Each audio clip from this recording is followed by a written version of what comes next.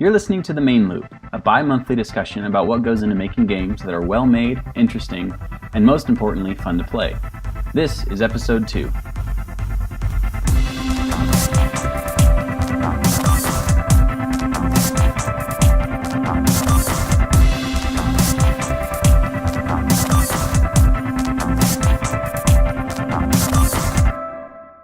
Hi, Stu. Hi, Sean. How's it going? Good. Yeah, I'm Sean Bragg, of course, joined as always by Stu Urbach. It's probably too early to say as always since this is episode 2. I mean, I'm always Stu, but you know. That's true. So that's Stu. No, I can't bank it. That's true pun with your name. This is episode 2 of the main loop, the Mario loop. We've got a lot to talk about today, but one piece of news that you just brought up that we should probably mention before we go too much further is that this show has developed future prediction powers, which is great. Oh yeah, you were apparently just completely psychic, and I'm apparently just kind of standing in awe of your brilliance. Right after you were like, "Oh yeah, I can totally see the Nintendo Switch with VR headset." Polygon wrote an article that was like, "Hey, Nintendo might be developing VR capabilities with the Nintendo Switch." I was like, "Wow, there it is, pretty cool." Nailed it. That's awesome. Yeah, I hope that continues. What else should I say? Oh, they're gonna give free Switches. I'm guessing they're gonna give free Nintendo Switch units to the hosts of the main loop. I'm just throwing that out there. You know, a little bird told me. Yeah, so I'm expecting one at my doorstep within a week or so, maybe. Does that sound reasonable? I think that sounds completely reasonable. Perfect. Well, speaking of Nintendo... Did something else happen with Nintendo recently? Was there something big? Something did. Last Thursday, on December 15th, Super Mario Run was finally released on the iOS App Store. This is, of course, the hotly anticipated, long-awaited what, 4 months? Yeah, at least until they were at the front of the App Store with the notify button that Apple designed just for them. Yeah, this is Nintendo's long-awaited entry in the App Store. It's their second app on the App Store, but it is their first true Nintendo game, which it's a big deal for a lot of reasons. I mean, obviously it's a Mario game on the App Store, so that's a big deal. It's really the first time that a big publisher has also put really one of their main properties in mobile in a way that's not just kind of a port. I'm looking at what Sega has done, and that's mostly just ports of their old Sega Genesis games and things like that, or Super Monkey Ball, which was mostly just a port of the existing game. Yeah, and it's also not I don't know. A lot of them have been quote unquote reimaginings of Telltale has done a lot with Batman and Walking Dead, or they'll be social or just something very different. This is nope, it's Super Mario. You're gonna jump on some stuff, gonna hit some blocks. Yeah, so see some Goobas. I've been playing it like crazy, but I want to get your impressions first, and then I'll tell you what I think. But I think you seem to have some good ideas, good thoughts on this game. So I am so ready. I've been preparing the soapbox for weeks. Oh boy. So I mean, I think just to kick it off with probably the biggest mistake that I think they made was the 4-month hype period. That was I really would love to know who did that.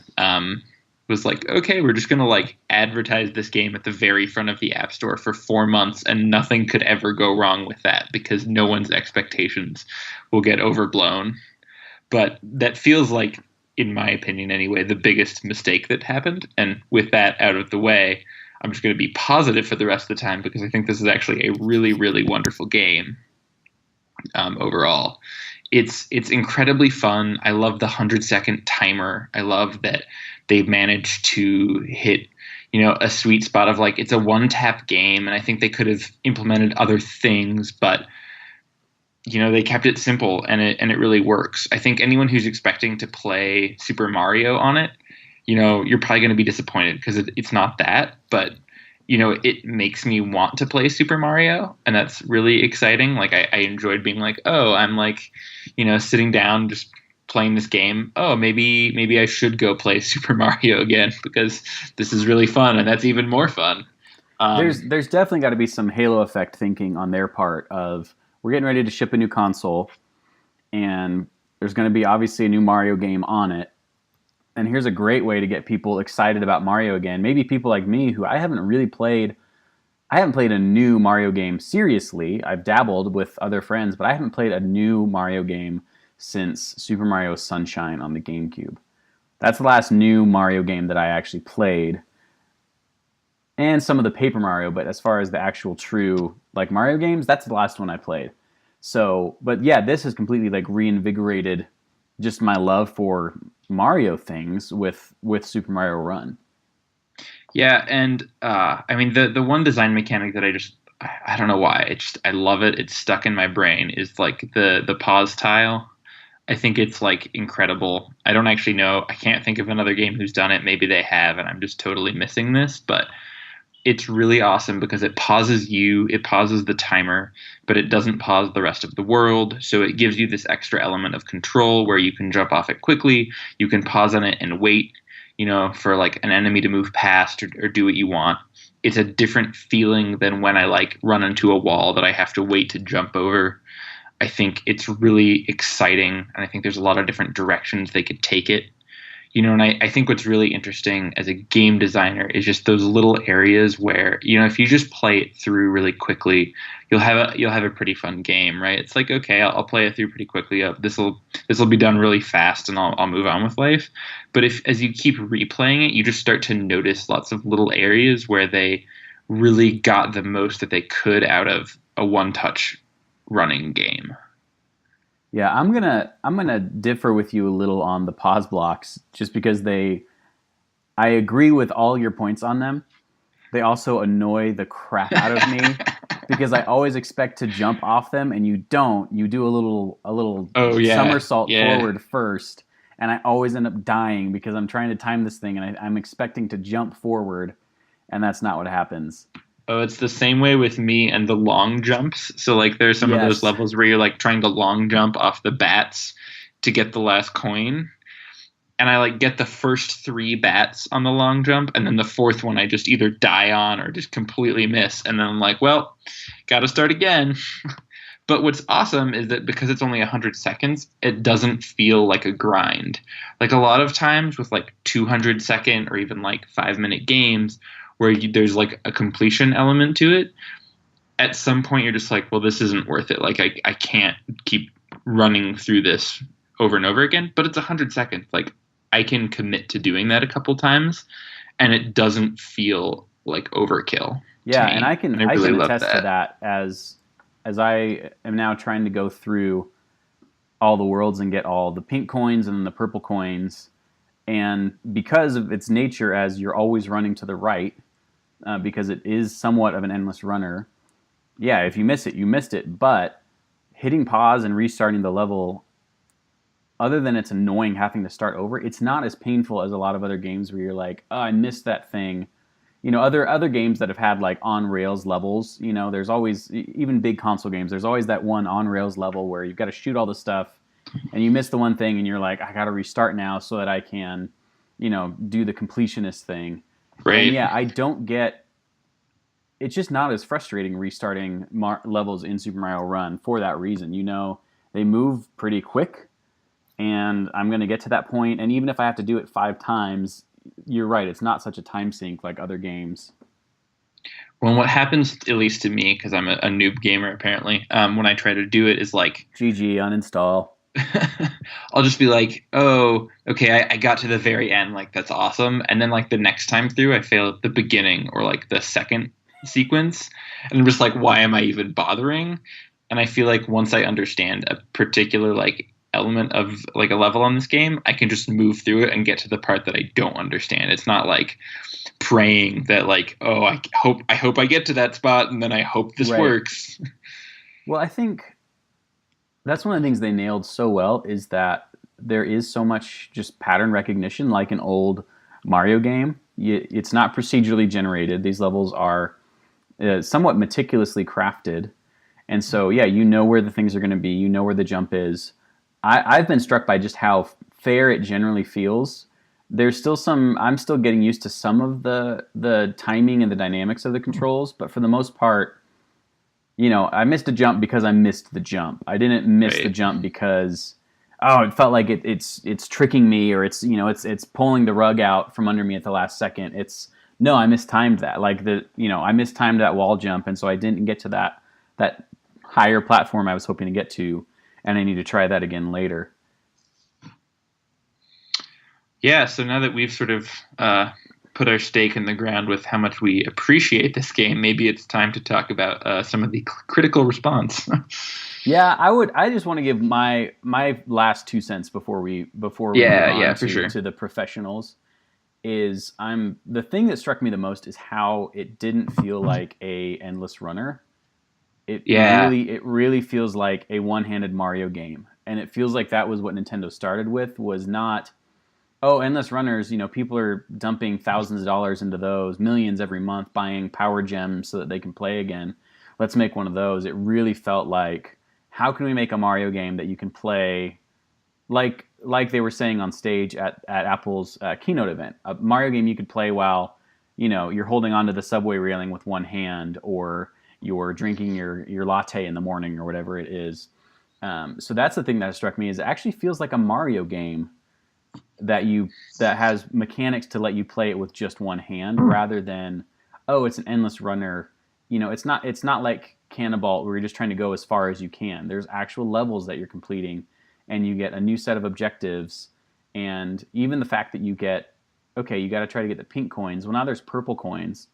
And now that I've gotten all the purple coins, the world's actually changed. Like, there's new things in the world. The layout is changing for each of the levels, and that's, I think, is great. So there's a lot of replayability. The kingdom building stuff I really enjoy. The little amount of, again, you buy new buildings that you can put down, and you got to buy it with gold coins. But I have gold coins coming out of my... Right, yeah. I mean, I'm never hurting for coins, so it's not like, you want to build this building. It doesn't prompt me to, spend your rush crystals or whatever to complete this now, or wait an hour. You just buy the things with the coins and put them down, and that's great. And then, I'm very impressed with how fun it is, and just how it just feels like they actually worked really hard on it. They didn't just shoehorn like their characters into an endless runner or something like that. Yeah, and it's also kind of funny now that we're in a time where, like, spending $10 in one time for, like, a game that, you can debate whether or not it's worth $10, but I don't think you get $10 of value out of it. I definitely think that. Versus like spending $30 over the course of a month on a game that you got for free, somehow is less valuable. Yeah. It just seems like it's really weird to me optically that it's like, do I think it was worth $10? For sure. I think it was great. Do I think I would have preferred paying $5? Yeah, but that's also because $5 is less money than $10. Right. Yeah. Okay, so I think that's about all my thoughts on Super Mario Run. All that to say, I mean, I feel like we were very clinical about it. I'm really, really enjoying it. It's the thing on my phone that I've played the most in the last week by a pretty gross margin. And been doing lots of Toad rallies and unlocking characters. I got a Yoshi. So, ooh. I mean, I will make one bold prediction. I do think they'll eventually release a second set for probably another $10. Maybe this sometime next year, but I think it's going to happen eventually. I can see that, or we just get like Super Mario Run 2. Yeah. Well, let's talk real quickly about what some folks have been saying about Super Mario Run, which we've got two pretty conflicting opinions of the game. Yeah, I mean, it seems to be the two sort of dominant narratives that I've heard. A lot of disgruntled, lukewarm-iosity, and then a lot of like... Lukewarm-iosity? Yeah, and a lot of just like, that was good. I enjoyed it. It didn't like blow my mind, but I really enjoyed it. I thought it was great. Those seem to be the two poles. So we have Glixel, who we talked about on the show before. They love it. They, from what I was reading, were just heaping praise on it. And I was largely agreeing. Like, they were saying things like, it feels like one-handed Mario. It's like, yeah, feels like one-handed Mario. Feels less like an endless runner. It feels like a Mario game. The kingdom building type aspects aren't scammy like a lot of other games because it is. I mean, it's paid. It's not really even freemium. It's just like you pay to unlock it after the trial. You get the first 4 levels free, and that's it. So Yep. so Glixel liked it, but then you were talking about the Polygon review. Yeah, and like, so I have some thoughts. I have my soapbox is back. I have some thoughts about Okay, this. this is a double. This is a double soapboxer, everyone. Yeah, two soapboxes for the price of not $9. So I feel like the main sort of critique was like, oh, it's not Super Mario that we know from Game Boys and from GameCubes. And it's just like, to me, I don't get that argument. Like, I get that it's not Super Mario, but for everyone who like kept complaining for like a decade that, oh, they're not going to any other consoles and they really need to like change up their sort of methodology because they're this great game maker, but they're so bad at hardware. And then they like make a game for another console, a phone, and it's different because they're like trying to make it for that console, and it's Right. not as good, which isn't a critique of it. It's just like, it's not the same game. And everyone's like, oh my God, it's not the same game. It's like, yeah, because it's on a different console. Like, Right. I don't understand. It's not like they stood up on stage at the Apple keynote and said, we're making Super Mario Brothers iPhone edition. They said, we're making Super Mario Run. And they described in pretty clear terms what the game was, that it's this kind of endless runner with one-handed controls, like, tap to jump and tap to do everything else. And that's what the game was supposed to be. So to me, it's almost like people who went and saw a Transformers movie and then were really mad that the whole movie was just robots fighting each other. And it's like, what did you expect? Like, you saw the trailer. The trailer said it's going to be robots fighting each other. And then when you didn't get a deeper experience than that, that's kind of, on that point, I feel like it's on your crappy expectations. Yeah, and it just like, it just still baffles me that it's like, sometimes hardware matters. Like, you need processing speed, you need specific mechanics that you can do all of these awesome Mario-y things in order to make it that, right? And that's part of it. And so to expect like this weird morph between like, oh, it needs to be perfect, but it also needs to be iPhone. Like, I just don't get it. And like, I agree, some of it is like the weird 4-month wait time and like hyping it up so much, I think did do them a disservice. I think it kind of set an expectation to where like, I feel like if they had just said nothing and then it kind of jumped on the scene like Pokemon Go did, everyone would have been like, oh my gosh, this is like the best thing since sliced bread. And it would have been like totally different. So I get that, but to critique the game for a company's inabilities to manage expectations seems ridiculous to me. Right, because at that point, it's not a critique of the game. It's a critique of this other stuff that doesn't even have to, how does it play? How does it look? How does it sound? Is it fun to play? And ultimately, is it worth the $10? And I think it is.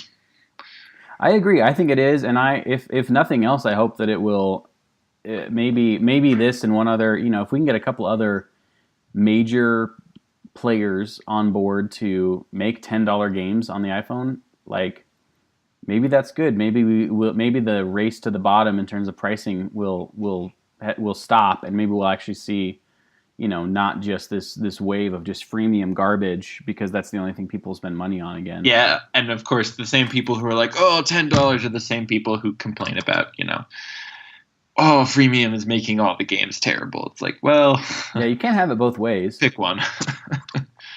Yeah, you can't have it both ways. So, any thoughts on Nintendo on mobile and what the future of that might hold? I'm kind of interested. I think it'll be really exciting to see if they go anywhere else. I think the next character sort of base that I could imagine them going with is Yoshi. He has the same sort of attitude, similar mechanics, not the same expectations, where like I think a Zelda would be just a brutal slog to try to actually port that in a way that a Zelda game, a Metroid property, those both seem too much. I was thinking actually Kirby would be the next, even though I don't think he's actually Nintendo's, but he's a staple of Nintendo, and I think a Kirby game could actually work really well with similar, one-touch mechanics. Pretty much, you have one touch to eat them and one touch to, shoot their whatever they Yeah. gave you. So Yeah, yeah, I think this is kind of an exciting new avenue. I don't expect them to like blow it out and like really just go crazy on it, but I think it's a way they can sort of engage people and create an entry point into sort of Nintendo from a different sort of avenue than that you would normally expect. yeah, and I think this is less about recreating the Nintendo experience on mobile as it is extending it to Yeah. the iPhone or the Android eventually. So it's not like, oh, here's, Super Mario Brothers 3 and we've remastered it and brought it to the iPhone. Instead it's no, here's Mario that works for the iPhone with the intention of you're going to kind of you're going to go to the Wii U or the Nintendo Switch or the 3DS to get sort of the full Mario experience. Right. Exactly. Well, since we're talking about notable games, there's really no way to make a game scene. I don't know where I'm going with that. Game Awards. Yeah, it's So Game Awards season. We've had It's December. it is Game Awards season. I made the mistake of just googling Game Awards, and it's apparently there's 500 competing Game awards right now that all Ooh, want to we should be do a ranking of the top game awards. the Game Awards. Yeah, the Game Awards. That's coming soon. How much Soon, more TM. meta can you get? Yeah, so we've kind of got some ideas about Game Awards. The big one is called the Game Awards. They're kind of trying to be the Oscars of the games. They've got all the big sponsorships and things like that. So they just did their awards. And Apple also did their best games of 2016 list, where they gave 10 games that they picked, and they also picked a game of the year. You've kind of got some interesting points here about what you even would consider, like what makes a game award worthy. And so I'd love to hear about that before we talk about some of these games that are winning awards. Yeah, and so I'll caveat this with like this is a very sort of nerdy design centric point. It's not necessarily on the play side, and it's probably a little bit more pretentious than a lot of people. But the things I personally really care about are like the two elements I would say are like refinement and innovation. Did they take an existing game mechanic and build on it well and like do something interesting? Kind of like, Super Mario Run sort of took the Infinite Runner sort of idea and implemented it in a new way, or like, are they innovative? Do they introduce something new to either a genre or create a new genre that did something? And I think Apple really highlighted that specific element with let me see if I can remember the name, Reigns. Like Reigns is like a really sort of, they took Tinder and all of a sudden they made it into a game. A literal More game. so than it was already. Yeah. The other ones are like art direction and game mechanics for me, and I think that really gets to how much does the style of art in the game represent the mechanics of what I'm doing in the game. I think this is actually probably Nintendo's strongest point over everything. Like just their general aesthetic is like, when I look at the art, I know what's going to happen in the game, and it meshes really well for me. Yeah, I mean, you look at a game like I'm thinking of Metroid Prime, where it's like every pixel in Metroid Prime tells you that you're in a game about like space pirates and bounty hunters and things like that. Exploring alien civilizations. Like you get that from just looking at a screenshot will pretty much tell you what the game is like. Yeah, or even like a Zelda, which is like very different, but still like has a more like free flowing and adventurous feel in the art style, and that plays out with what you do in the game. And then finally, I think the story is still really important. Obviously, that differs with like what a competitive game might try to do, but what sort of story am I, the player, telling as I play the game? Is it new? Is it interesting? Is it really engaging me as a game player? So there's some interesting crossover there between those last 2 points you had with. I'm looking at the Game Awards winners, and of course their winner of Game of the Year was Overwatch. But they also won for Best Studio and Game Direction. So they didn't win Best Art Direction, I don't think.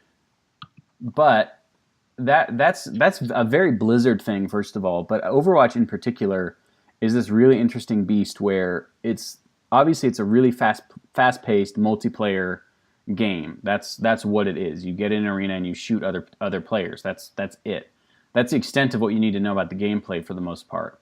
And yet they've gone the extra mile and created this very cohesive, very expansive universe and world. And all the characters have backstories that are actually interesting. It's not like fighting games where they have backstories. They've actually done cinematics and digital comics and things like that tie into it. So you don't just feel like you're playing this competitive game. You actually do feel like you're embodying this character as a part of this story in this conflict, which I think is really interesting, again, for that particular genre of game.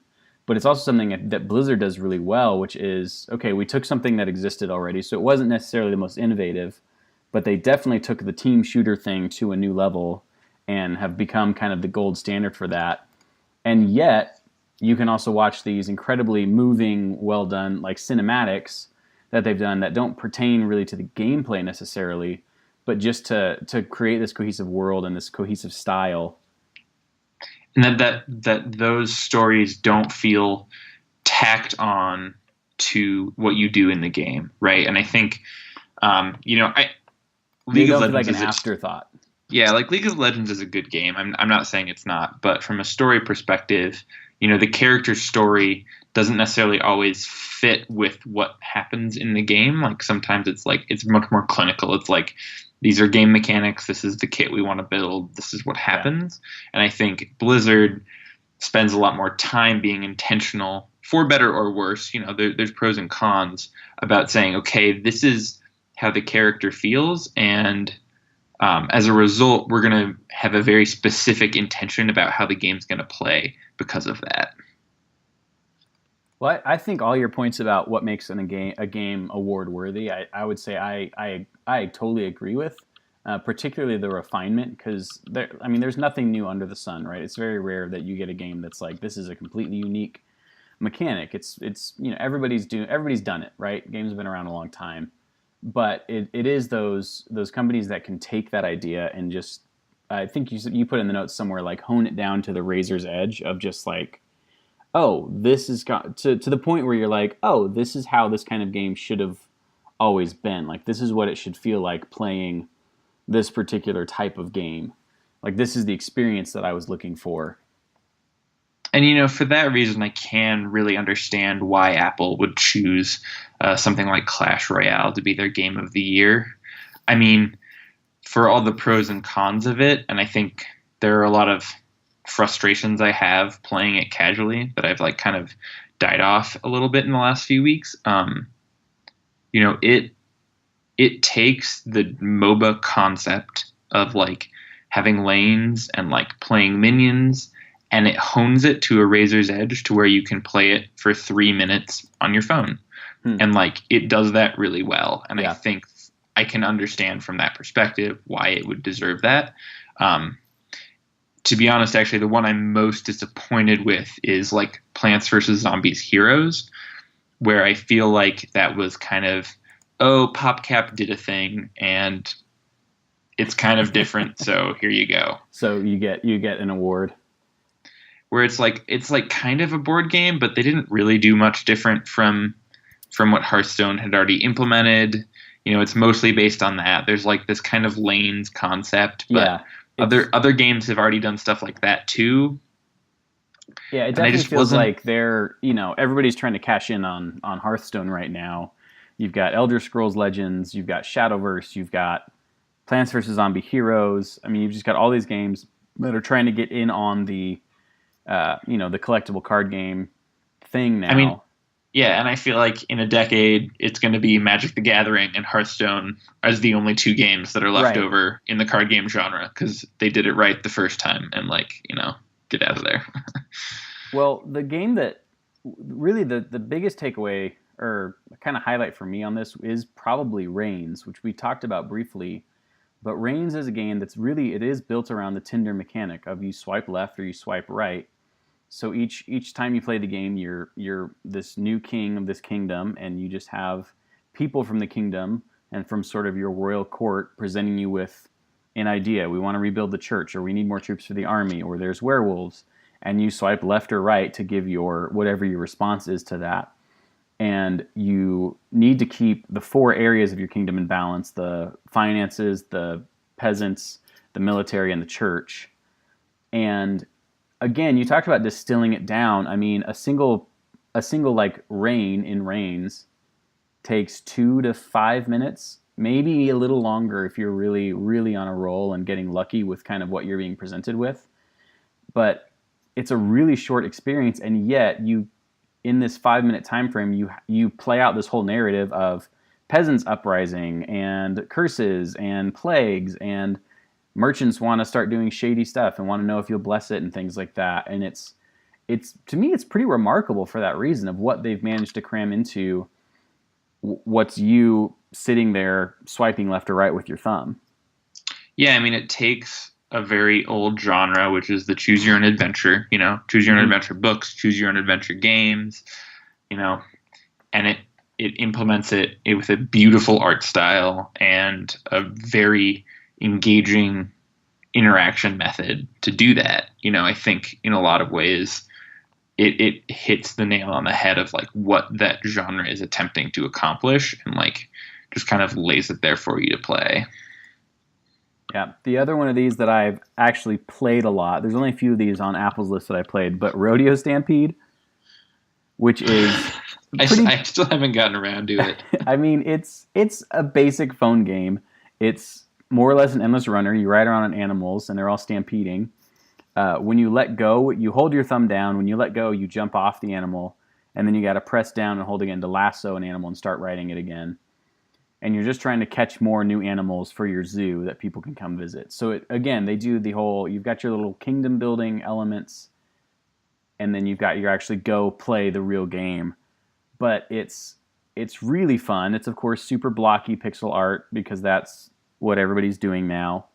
At least it's not named Steppy, which I'm sorry, like there's a Steppy everything, or like a Chippy or a Clippy or a.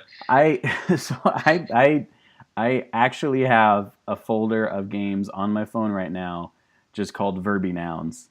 Yeah. And it was really me preparing for this episode. I mean, we've got, most of these are horrible, but I just had to try them. We've got Blocky Football, Twisty Board, Smashy City, Tracky Train. Tracky Train is actually really, really good. I do love Tracky Train. I will admit that. Faily Breaks, Looty Dungeon, Swoopy Space, Icy Ropes. Yeah. Icy Ropes and Steppy Pants. Now, Steppy Pants is also on Apple's top 10 games of the year. It's kind of like if there was a game called Daddy Longlegs, which is almost like Quap, if you remember that Flash game where you try to control the limbs independently and fall over. Yeah. You press and you lift up your leg and you let go and you step it down. You're just trying to take as many of these steps as you can without falling. And so it's fun. Again, there's Verby Nouns is just the thing with mobile games right now. And it has to be like voxel art too. Exactly. Obviously. Exactly. That's Rodeo Stampede is, Steppy Road was the first one, right? Crossy Road. Crossy Road. Yep. And they still, I think, have done it better than everyone, as is usually the case. But yeah, Rodeo Stampede I really recommend. Steppy Pants is good. It's just so funny to me that you could easily set up like a regular expression search that's just like it ends with like it's just add Verby Noun. That's it. That's it. That's all there is to it. It's actually make a game. Find an adverb and a noun. Actually, it's not even an adverb. It's just a verb. Verby noun. Is it an adverb? It describes the verb, steppy. The verb would be to step. It's a terrible adverb because steppy isn't really. Yeah. Steppy, swoopy. It's a bastardized verb. Slippy, slappy, Sammy, Slappy fish. Samsonite. Slappy fish. Turny clock. Turning clock. Clicky mouse. Ooh, clicky mouse. Typey key. Punchy face. Actually, I would play punchy face and kicky foot. I would play punchy face. Let's be honest. Hurdy balls. The only one that I'm a little bit disappointed on was I actually felt like maybe not in the top 10, but Mini Metro deserves some sort of nod from Apple. I think they took a big risk. I realize it's another of those, like, it was either like a $10 or $5 game. But they're doing something like crazy different. It's like, I don't know the best way to describe it. You build your own miniature metro system in a city, and it's amazing. I think it's definitely like an acquired taste that obviously doesn't have like the broad following that most of these games have, but I think they do a lot of really cool things. And for me on iOS, it was the game I was at least most looking forward to coming out in 2016. I actually haven't played that yet, and I apologize because I keep meaning to play it with you. Sorry, my browser just froze. Okay, the Game Awards. That's a thing. We'll edit that out. No one will ever know that there was a technical issue. I didn't hear anything. Again, Overwatch won Game of the Year, and Blizzard won the Best Studio and Game Direction. Some of these categories, like Best Narrative, Naughty Dog won Best Narrative for Uncharted 4. But then looking at Best Art Direction, and the winner was the game Inside by Playdead. And this is the same studio that did Limbo on Xbox originally, and now it's been ported to just about everything. It's probably available on Samsung fridges or something by now. But and I actually haven't played Inside yet. I actually think Punchy Face is available on Samsung fridge. Punchy Face, Coldy fridge. So Inside won for Best Art Direction, and this is, if you've played Limbo, you will understand why these creators might be getting another award. Right. Because they're so good at just, the entire world just looks like the way it should look. Like they really have just poured over everything. Some of the runners up were Overwatch again for that cohesive art style, but Firewatch was one of my most anticipated games of 2016 and one of my favorite that I played. It definitely falls into more of the like walking simulator category. It is mostly a narrative game, but I really loved playing it. It's beautiful, set in like the mountains of Montana, or maybe it's in Colorado actually. I don't remember now. It clearly affected Wyoming? me quite a bit. Might have been Wyoming. Oh, Montoming, Coloroming. Middle America. Yeah, I know locations. Yeah. That game also came up. They had a couple of voice credit nominations for the lead characters in Firewatch as well. That I don't want to say it was my favorite game of 2016 because I'd need a longer time to think about what my favorite game of 2016 was, but it was definitely one of the most enjoyable gaming experiences I had this year. I haven't actually had a chance to play yet, but I've heard nothing but wonderful things. Yeah, and it definitely was, again, people will call it a walking simulator and complain that it's not very action heavy and it's mostly you walking and finding clues and kind of just going through your dialogue choices. But again, when you talk about that cohesive, immersive experience, they just did such a good job with the art style, the lighting. The music is fantastic. The voice acting is very good. I just think they really kind of hit it on all. The game was firing on all cylinders for me in terms of the things that I look for in a quote unquote walking simulator. What did you think of like Game Awards kind of choice to like recognize esports players and teams specifically? I was kind of, I don't know if I'm not sort of passing judgment. I just found it kind of interesting that they have like a specific section for like not just the esports game, but like a specific gamer or a specific esports player. And like Cloud9 won the best esports organization. Yeah. Now, this was under like the fans' choice category. So I think this was fan voted. Right. I think it's cool. I think anytime that I have a bent more towards the esports community. So anytime that bigger organizations want to give more validity to that, I think is really cool. It does seem weird to like, again, I recognize that it's fan voted, so it's pretty subjective. So like Coldzera is apparently like, according to the Game Awards, the best esports player. But like, what is that based on? Did he win the most games? Does he have like a really popular stream? Like that's the part that I don't quite understand. Yeah, I think it's a good step back from, not being too much of the like, Oscars lapdogs that like, okay, we're trying to do some different things that, Hollywood isn't going to do. And I Sure. hope they stick with that, because I think the one thing I don't want to see is like just another like high art, like sort of love fest that the Oscars can kind of turn Right. into. Yeah. That it's like both sort of the craft of game design and the community and sort of the artwork and like the artistry of it. Yeah. Well, and I think even too with something like the Oscars, I don't always think it's the best movie that wins Oh yeah, Best not even Picture. no. It's the one that's the most that most resembles a Best Picture award winner. Like Yeah, yep, there's a definitive style of this is how you make a contender for Best Picture. And so something like the video game awards is a little more fun because there's looking at some of the nominations even for game of the year. You've got Overwatch, Doom, Inside. So you've got okay, a Blizzard competitive shooter, a huge AAA shooter from Bethesda, and then you have Inside, this total independent game that is I think it's on iOS and it's on console and it's on like Steam. And then you have like Titanfall 2 and Uncharted 4. But you've got, I mean, up with these big contenders, you also have this little indie game up there, which is, there's just a broader variety of the kinds of people and the kinds of creators that are going to get the opportunity to be recognized for their work versus, and who knows, it may change as these become yeah. more It might. mainstream. It Yep, may become more political and more of a Circle J, but for now, it seems like it's pretty. I'm looking at some of these others, for best art direction.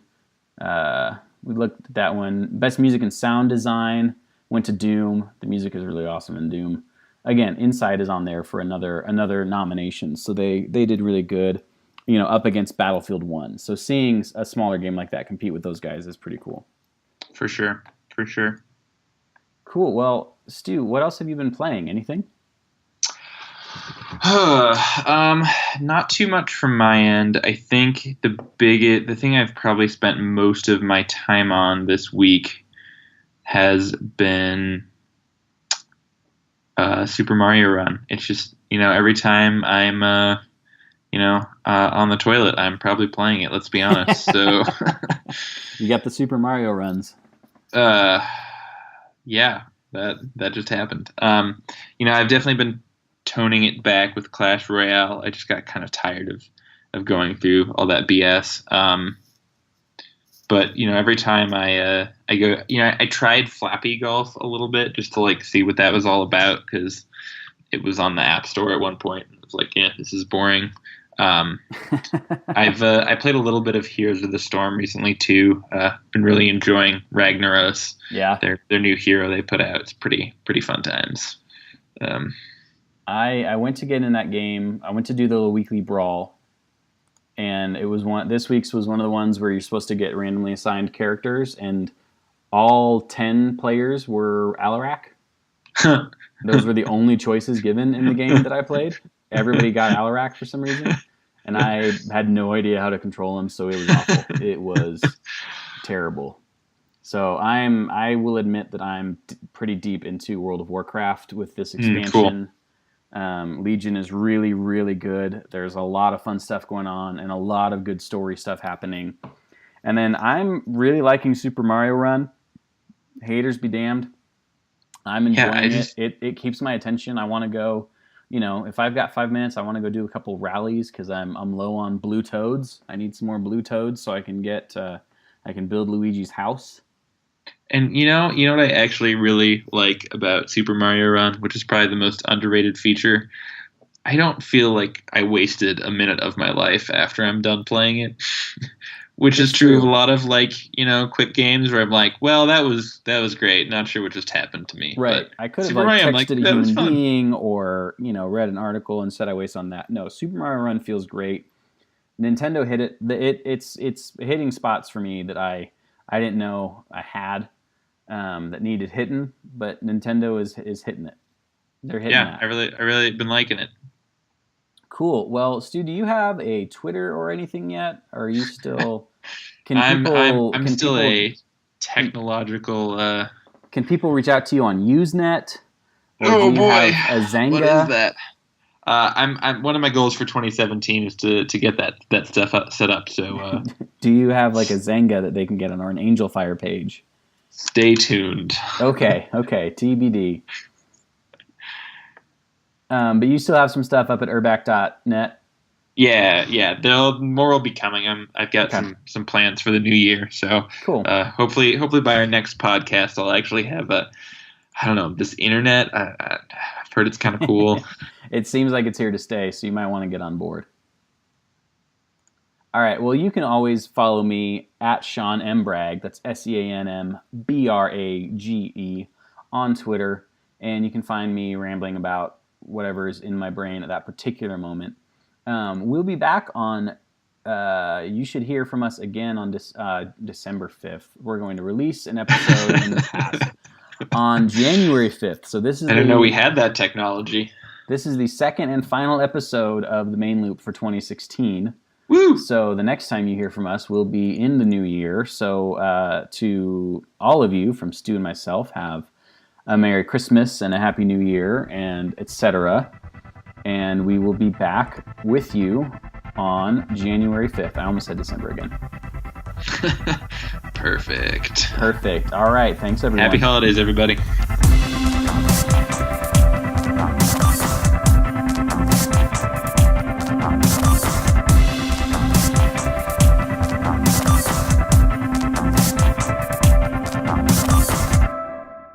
Can we title this episode The Mario Loop?